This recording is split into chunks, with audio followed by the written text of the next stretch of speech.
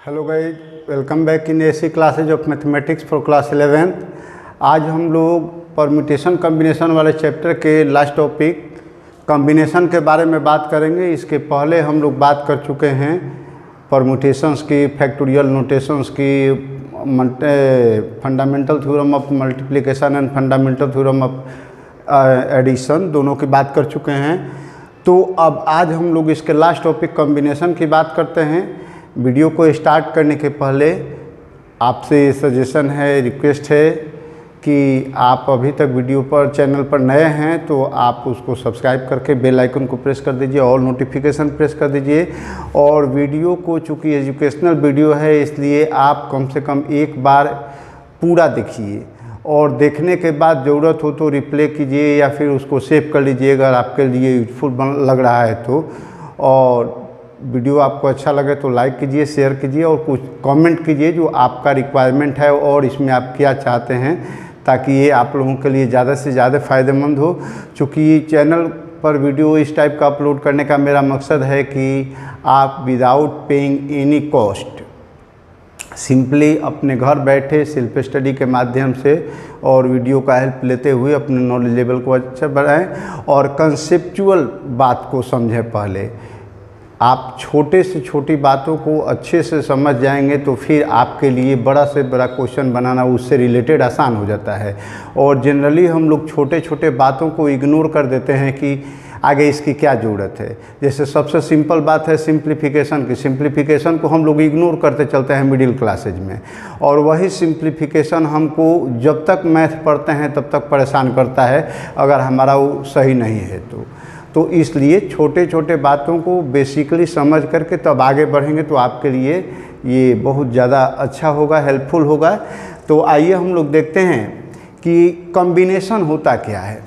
तो जैसे परम्यूटेशन में आपने देखा था कि परम्यूटेशन का मतलब होता है अरेंजमेंट, और वो अरेंजमेंट कैसा हो तो ऑर्डर्ड हो, यानी ऑर्डर वाइज अरेंजमेंट हो। आप एलिमेंट को जैसे मान लीजिए कि ABC 3 लेटर लिए, अब इसमें AB आपका एक अलग अरेंजमेंट हो गया, BA एक अलग अरेंजमेंट हो गया, वैसे ही AC अलग हो गया, CA अलग हो गया, BC अलग हो गया, B और CB अलग हो गया, ABC अलग हो गया, ACB अलग हो गया। तो इस तरीके से जब ऑर्डर को हम कंसीडर करते हुए अगर कोई अरेंजमेंट करते हैं, ऑब्जेक्ट को अरेंज करते हैं तो हमारा होता है परम्यूटेशन। और जब हम केवल सेलेक्ट किए which come first which come second there is no matter, तो वो चीज़ हो जाता है हमारा कॉम्बिनेशन। ग्रुप बना लिए, अब ग्रुप में पहले कौन आया बाद में कौन आया इसका कोई मतलब नहीं है। तो उस कंडीशन में मेकिंग ग्रुप अगर हम कर रहे हैं और उसमें अरेंजमेंट की बात नहीं आ रही है तो हमारा हो जाता है कॉम्बिनेशन। यानी कॉम्बिनेशन का सीधा सा मतलब होता है सिलेक्शन, और सिलेक्शन में हमको ऑर्डर का ध्यान नहीं रखना है। तो सिंपल याद करने के लिए आप लिख सकते हैं combination equals to selection without, यहाँ विदाउट लिखिए, selection without considering the order. इसके बाद है for example given 3 digits 1, 2 and 3, आपको 3 डिजिट दे दिए गए। अब कहा जा रहा है कि इसमें से दो डिजिट को लेकर के आप जितने कॉम्बिनेशन बना सकते हैं बनाइए। तो इसके पॉसिबल कॉम्बिनेशन कौन कौन हुए तो 1, 2 या 2, 1, दोनों में एक 1 लिया गया है, एक 2 लिया गया, तो एक कॉम्बिनेशन हुआ। चाहे 1 को पहले लीजिए या 2 को पहले लीजिए। फिर उसी तरीके से 1, 3 या 3, 1 एक ही कॉम्बिनेशन हुआ। 2, 3 और 3, 2 एक ही कॉम्बिनेशन हुआ। तो कॉम्बिनेशन चेंज कब करेगा तो जब उसके 1 और मोर एलिमेंट चेंज करेंगे। तो टोटल कॉम्बिनेशन 3 हो गए इसमें, ये एक हुआ, एक ये हुआ और एक ये हुआ। इसी तरीके से अगर इसका परम्यूटेशन पूछा जाए, हाउ एवर देयर परम्यूटेशंस, इसका परम्यूटेशन पूछा जाए तो कौन कौन हुआ तो 1, 2 अलग परम्यूटेशन, 2, 1 अलग परम्यूटेशन, 1, 3 अलग, 3, 1 अलग, 2, 3 अलग और 3, 2 अलग, यानी टोटल 6 परम्यूटेशंस हुए जबकि कॉम्बिनेशन 3 ही हुए। तो याद रखिएगा हमेशा कि कॉम्बिनेशन कभी भी परम्यूटेशन से ज़्यादा नहीं हो सकता सिमिलर केस के लिए। उसमें ये भी रिलेशन पाया जाता है कि परमुटेशन NPR का मतलब कि यहाँ पर number of permutation of n things taken r at a time without repetition, और NCR में तो रिपीटिशन की कोई बात ही नहीं है। तो यहाँ पर NPR का वैल्यू जो होता है NCR इंटू R फैक्टोरियल है, फैक्टोरियल R के बराबर होता है। अगर इसी में NCR का वैल्यू निकालना होगा तो क्या करेंगे, NPR में इससे डिवाइड कर देंगे। तो इम्पोर्ट, और ये कंडीशन तो आपका वही रहता है 0 लेस देन R और R लेस देन और इक्वल टू N। इसके बाद इससे रिलेटेड कुछ फार्मूला हम लोग देख लेते हैं। सबसे पहले तो है कि NCR निकालेंगे कैसे। तो NCR निकालने का हम लोग लिखते हैं कि factorial n by factorial r into factorial n minus r, चाहे n factorial by r factorial into n minus r factorial. कहीं कहीं बुक में आपको ये मिल सकता है, NCR को कहीं कहीं लिखा होगा C और NR, ऐसे भी कहीं कहीं मिल सकता है। परमुटेशन के लिए यहाँ P लिख देगा, कॉम्बिनेशन के लिए C लिख देगा, NR दे देगा, तो इसका भी वही मतलब हुआ। NCR, ये N ऊपर चला जाएगा, R नीचे चला जाएगा, तो ये चीज़ को ध्यान में रखिएगा। अब इसके बाद है कि जब आप कैलकुलेट करेंगे NCN माइनस R, यहाँ तो R था और यहाँ पर होता है NCN माइनस R। तो इसी तरीके से अगर आप यहाँ पर पुट करेंगे n फैक्टोरियल n तो फैक्टोरियल n हो गया, यहाँ पर लिखेंगे फैक्टोरियल n माइनस R, और यहाँ पर क्या लिखेंगे कि फैक्टोरियल n माइनस n और प्लस R के जगह पर जब ये लिखेंगे तो माइनस n प्लस R हो जाएगा, तो n कट जाएगा, यानी फिर वो R आ जाएगा। तो आपका वैल्यू वही हो जाता है NCR के बराबर। तो आप सीधे याद रखिएगा, आप इसको निकाल सकते हैं इसी फॉर्मूला में, R के जगह n माइनस R रखेंगे तो फिर यही वैल्यू आएगा। तो आप सीधे याद रखेंगे क्या कि n माइनस R का वैल्यू भी NCR के बराबर होता है। अब NC0 निकालें या NCN निकालें, फर्स्ट से NC0 या लास्ट से NCN, दोनों का वैल्यू आपका 1 आएगा। इस फार्मूला में आप निकाल करके पुट कर सकते हैं, और जहाँ फैक्टोरियल 0 आएगा वहाँ तो आप 1 जानते ही हैं। इसके बाद NC1 equals to NCN minus 1, यानी फर्स्ट से सेकेंड टर्म या लास्ट से सेकेंड टर्म, तो दोनों का वैल्यू आपका n आएगा। आप सारी चीज़ जो भी वैल्यू दिए गए हैं यहाँ निकाल करके चेक कर सकते हैं। हमने इसको फार्मूला के रूप में लिख दिया इसलिए कि मेनी टाइम्स इसको कैलकुलेट करने की ज़रूरत पड़ती है, तो अब वैल्यू वही आएगा। तो अगर फार्मूला आपको याद होगा तो डायरेक्ट वैल्यू लिख देंगे, नहीं तो 2-3 स्टेप दिखाना पड़ जाएगा आपको शो करने के लिए।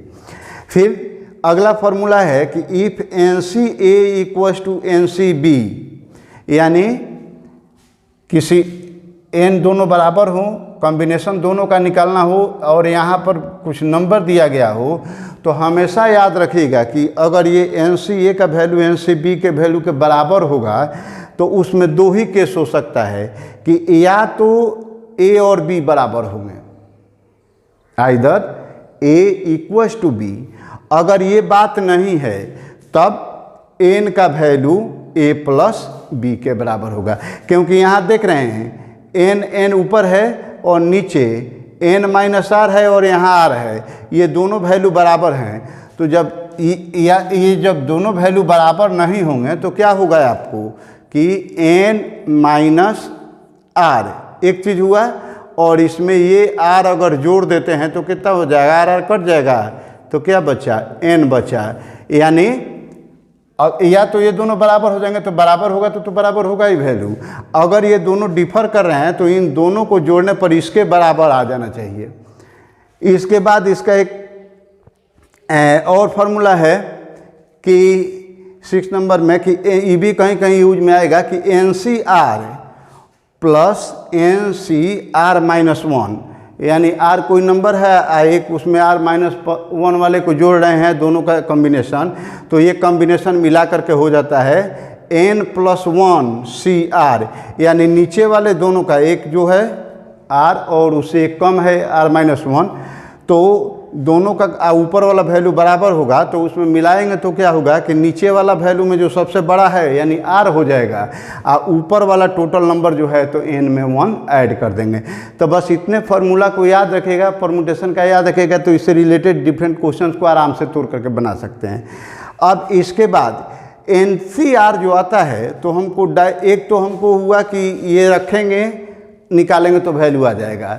तो जैसे हमने NPR निकालते समय एक फार्मूला यूज किया था कि फार्मूला तो था हमारा कि factorial n by factorial n minus r.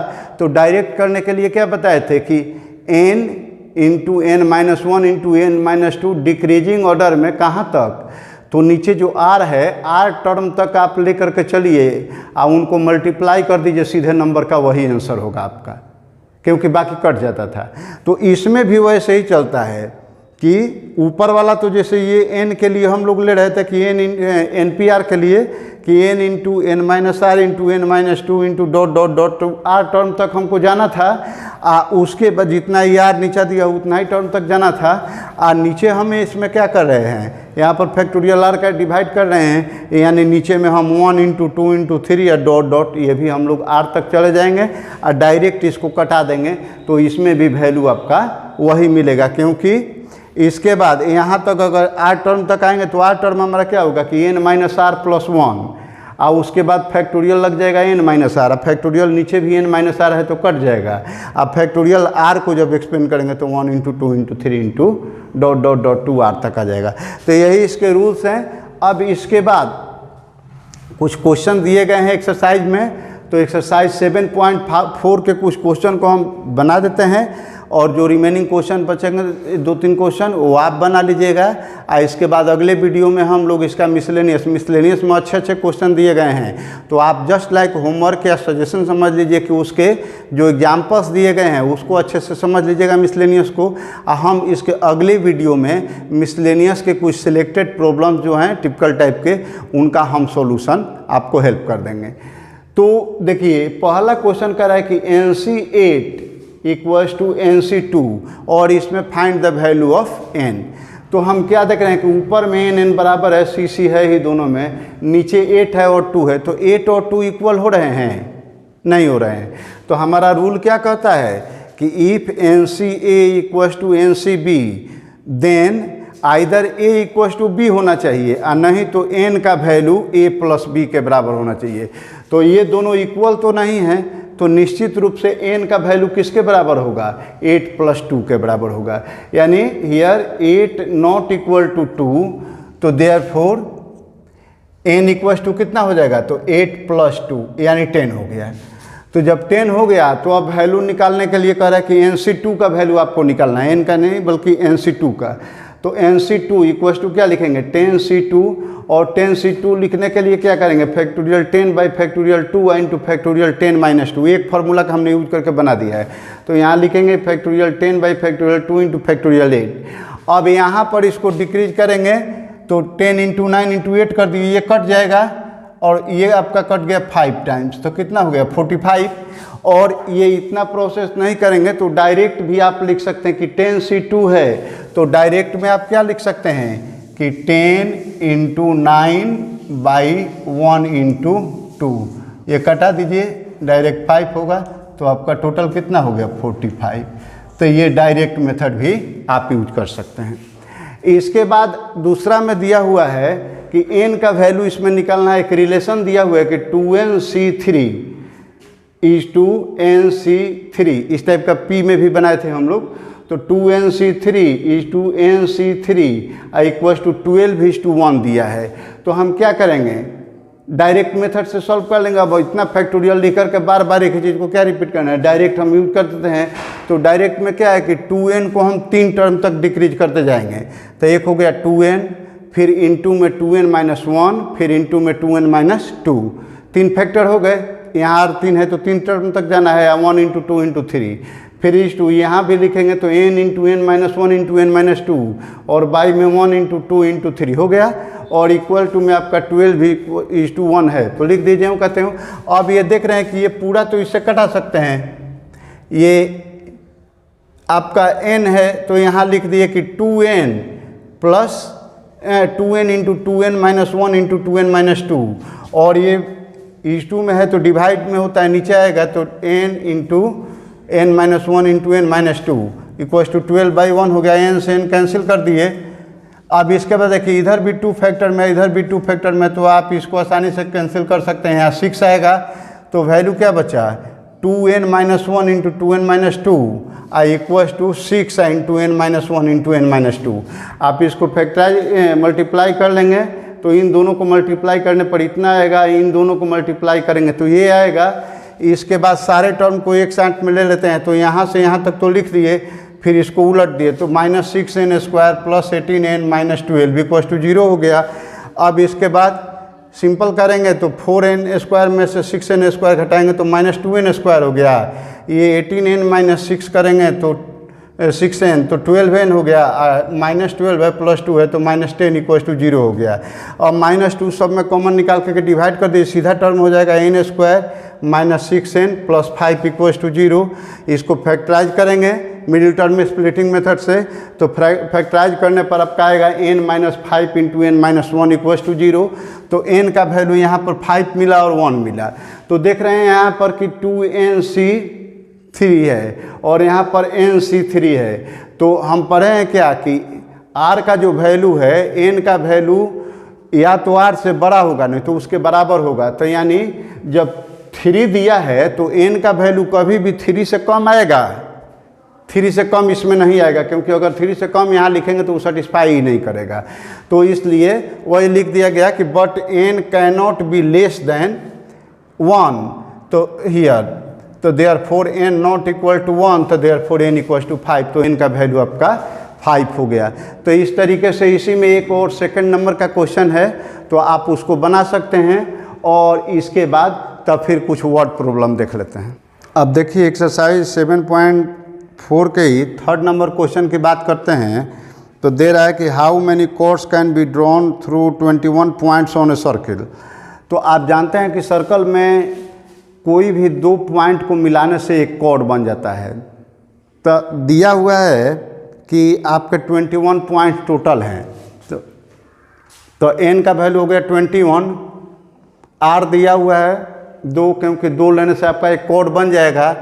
तो टोटल नंबर ऑफ सिलेक्शन कितना होगा, तो NCR इक्वल्स टू 21C2। तो डायरेक्ट मेथड से 21 इंटू 20 और बाई में 1 इंटू 2 कर लिए, कटा दिए तो 10 हो जाएगा। तो 210 आपका आंसर हो गया। तो रिक्वायर्ड कॉम्बिनेशन इक्वल्स टू 210। अब फिर लिख सकते हैं therefore total number of chords equals to 210। Therefore total number of chords equals to 210। ये आपका आंसर हो जाएगा। ठीक है। अब इसके बाद कह रहा है 4 नंबर क्वेश्चन भी वही है, 5 भी वही है, 6 भी वही है। तो हम 5 नंबर क्वेश्चन को ऑप्ट किए हैं कि जैसे कह रहा है 4 में कि in how many ways can A team of 3 boys and 3 girls can be selected from 5 boys and 4 girls. तो एक बार 5 बॉयज में से 3 बॉयज का सिलेक्शन निकालेंगे तो 5C3 हो जाएगा। और फिर एक बार लिखिएगा कि the number of selection of 3 girls out of 4 girls, तो 4C3 हो जाएगा। दोनों का वैल्यू निकाल लीजिए। Therefore total number of required selection, तो जितना आएगा 5C3 का वैल्यू इंटू में 4C3 के वैल्यू से मल्टीप्लाई कीजिएगा, हो जाएगा।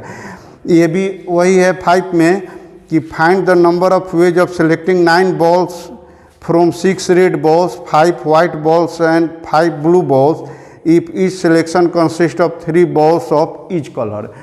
तो अब यहाँ लिखेंगे कि the number of selections of, चाहे द नंबर ऑफ वेज भी यहाँ लिख सकते हैं कि the number of ways of selections of 3 red balls out of 6 red balls. तो 6C3, तो 6 into 5 into 4 by 1 into 2 into 3, ये कट जाएगा 2 टाइम्स, ये 2 से 2 कट जाएगा तो 20 हो गया। The number of selections of 3 white balls out of 5 white balls, तो 5C3 यानी 5 into 4 into 3 by 1 into 2 into 3, 3 से 3 कैंसिल, 2 से ही कट जाएगा तो 10 हो गया। इस तरीके से the number of selections of 3 blue balls out of 5 blue balls 5C3, तो ये भी ऊपर में जैसे निकाले हैं 10 वैसे ही 10 आएगा। तो therefore total number of ways of required selection, तो अब तीनों को मल्टीप्लाई करना है। क्यों, तो मल्टीप्लिकेशन थ्योरम के अनुसार, जो पहले में था कि वर्क को अगर आप 2-3 पार्ट में बांटते हैं और हर एक ग्रुप से वर्क पूरा होता है तो मल्टीप्लाई करना है। तो वहाँ एक बार आप 3 रेड बॉल का सिलेक्शन निकाले, एक बार 3 वाइट बॉल का निकाले, एक बार 3 ब्लू का निकाले। अब तीनों का कॉम्बिनेशन होगा, तीनों को मिलाएंगे तब आपका पूरा होगा 9 बॉल का सिलेक्शन। तो इसलिए तीनों को मल्टीप्लाई करेंगे तो 20 × 10 × 10 यानी 2000 हो गया। इसी तरीके से 6 नंबर क्वेश्चन है कि determine the number of 5 card combinations out of a deck of 52 cards if there is exactly 1 ace in each combination. तो एक बार एस का निकाल लीजिए कि the number of ways to select 1 ace out of 4 ace cards.